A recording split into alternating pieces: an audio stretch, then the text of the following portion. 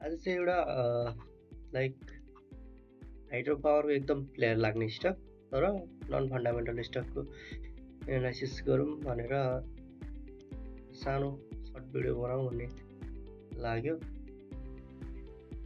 कुन hydro power भन्ने त तपाईँको मनमा लाग्यो होला, त्यो खानीखोला हाइड्रो पावर। अब यसको हेर्नुहोस् न, मन्थली प्याटर्न हेर्दै जाउँ होइन। के गर्छ भने एउटा हाई ब्रेक गर्नु अगाडि मजाले कन्सोलिडेट गर्ने रहेछ, कन्सोलिडेट गर्ने जाने, हाई ब्रेक गर्ने, फेरि कन्सोलिडेसन गर्ने, हाई ब्रेक गर्ने, फेरि कन्सोलिडेसन गर्ने, हाई ब्रेक गर्ने यसको प्याटर्न हो। अब यसलाई विकलीमा हेरौँ, विकली पनि सेम देखिन्छ, तर अब त्यो भन्दैमा यो कसरी यसले चाहिँ आफ्नो अप ट्रेन्ड समातिरहेको छ त्यो हेरौँ। यसले यो यहाँदेखि समातेको अप ट्रेन्ड अहिलेसम्म ब्रेक पनि गर्न सकेको छैन। क्लोजिङ फेक ब्रेक गरे पनि माथि नै गएर जाने गरेको देखिन्छ। अब यसको समग्रमा यो स्ट्रक्चर हेर्दा चाहिँ आएर नै देखिन्छ। अहिलेसम्म यसले लो ब्रेक भने देखाएको छैन।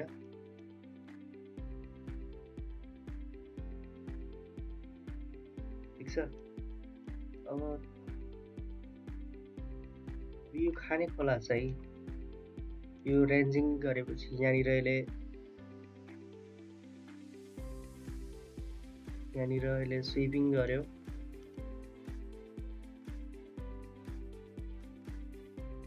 यसलाई हामीले आइसिटीको भाषामा टटल विक सुप भन्छ होइन। जस्तो अब टटल सुप चाहिँ दुई प्रकारको हुन्छ, एउटा टिबिएस एउटा टिडब्लुएस। यो भनेको जस्तो अब यो टटल बडी सुप भन्ने बुझौँ न। कस्तो भने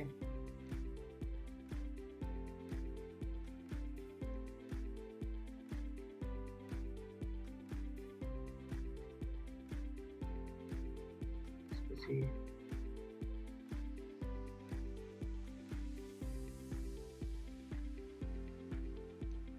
यस्तो छ र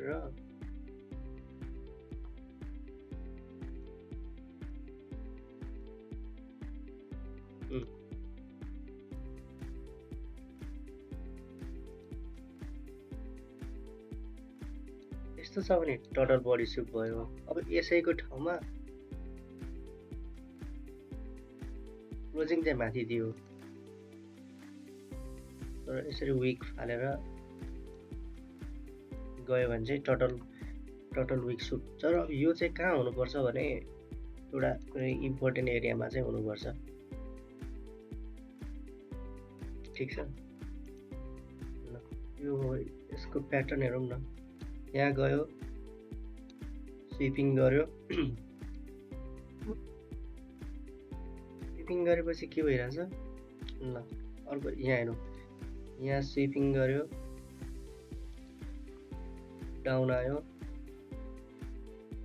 फेरि अप गयो, डाउन आयो, यहाँबाट चेन्ज इन क्यारेक्टर गर्यो, अप गयो, डाउन आयो, स्विप हान्यो, डाउन आयो, यहाँ गयो, यो लेभललाई यहाँ स्विप हान्यो, डाउन आउँदैछ।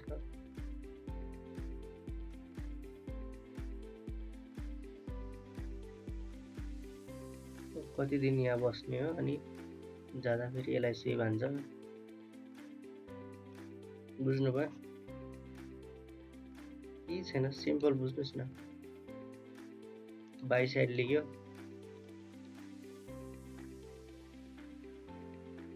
यहाँनिर नत्र यसरी बुझ्दा हुन्छ। यहाँ सेल साइड ल हो, यहाँ छ टटल बडी सुप। यो चाहिँ हाम्रो लागि टिबिएस भयो, यो चाहिँ हाम्रो लागि टिडब्लुएस भयो।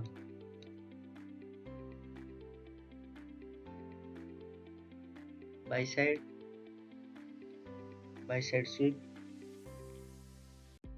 अब आउँदा कहाँ आएको छ हाम्रो लागि एउटा अर्डर ब्लकको एरियामा आएको छ कि छैन? छ नि। प्लस हाम्रो लागि यहाँ एफबिजी पनि छ। त्यसपछि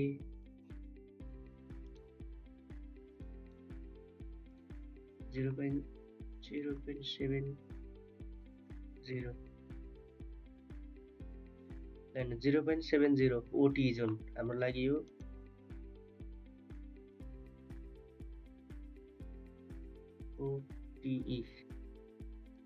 ओटी लेभलमा पनि आएको छ भन्दा। अब हामीले यसलाई के गर्नु पर्यो, यहाँ एक ट्रेड भन्न दिउँ, फेरि यहाँ स्ट्रक्चर चेन्ज हुन दिउँ, जान्छ र बाइङ सेटअप चाहिँ यसलाई यहाँ क्रिएट गर्न दिउँ। अब यसलाई डेलीमा हेरौँ, डेलीमा के छ, by side sweep, again sweep. अब हाम्रो लागि यो हाईमा लिक्विडिटी छ।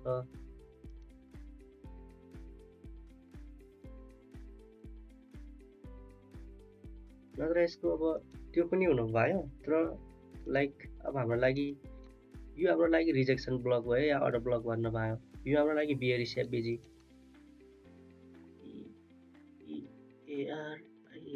बियरिस एफबिजी। अब यहाँले के गर्नु भयो, यस्तो रेन्जिङ भएर यहाँ जाने यस्तो नि पायो होइन। अब यो छ्याम्मै यहाँ यसले यहाँनिर स्विप हान्यो, यहाँ जाने डाउन। यो चाहिँ डाउन त डाउन नै हो। यो स्टकको बायस चाहिँ हाम्रो लागि डाउन साइडको छ।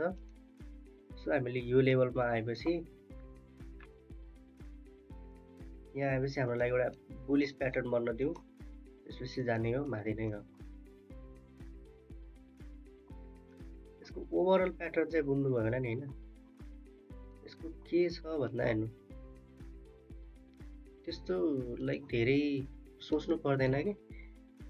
जाने स्विप हान्ने तल आउने, यहाँ पनि स्विप हान्ने माथि जाने, जाने स्विप हान्ने माथि जाने, जाने। अब यो लेभललाई स्विप हान्नेको छ, माथि गयो। अब डाउन आउँछ, लाइक अब यो लेभललाई स्विप हान्छ, माथि जान्छ। बुझ्नुभयो? यति नै हो यसको लागि। यस्तो धेरै टाउको दुखाउनु पर्ने स्टक होइन यो। यस्तै खालको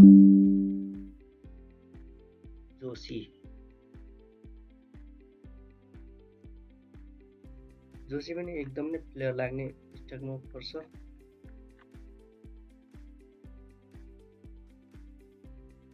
यो पनि यहाँसम्म आफ्नो बुलिस प्याटर्नै लिएर गइरहेको थियो, तर यहाँ गएपछि यसले बियरिस प्याटर्न लिएर हिँडिरहेछ। त्यो भन्दैमा अनि यो लेभल चाहिँ यसको लागि एउटा डिमान्ड जोन, एजनले चाहिँ यसलाई डिमान्ड जोन दिइरहेको रहेछ। यो डिमान्ड जोनमा चाहिँ स्विप हान्ने माथि जाने, स्विप अब स्विप हान्छ माथि नै जाने होला। यो हाम्रो लागि एउटा बियरिस एफबिजी छ, त्यो बियरिस एफबिजीबाट फल भएको छ। फेरि नि बियरिस एफबिजी टेस्ट हान्छ र तलै आउँछ। तल आउँदै गर्दा यो लेभल स्विप हान्छ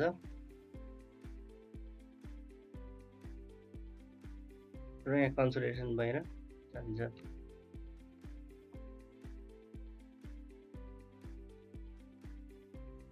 यही नै हो के जोसी पनि।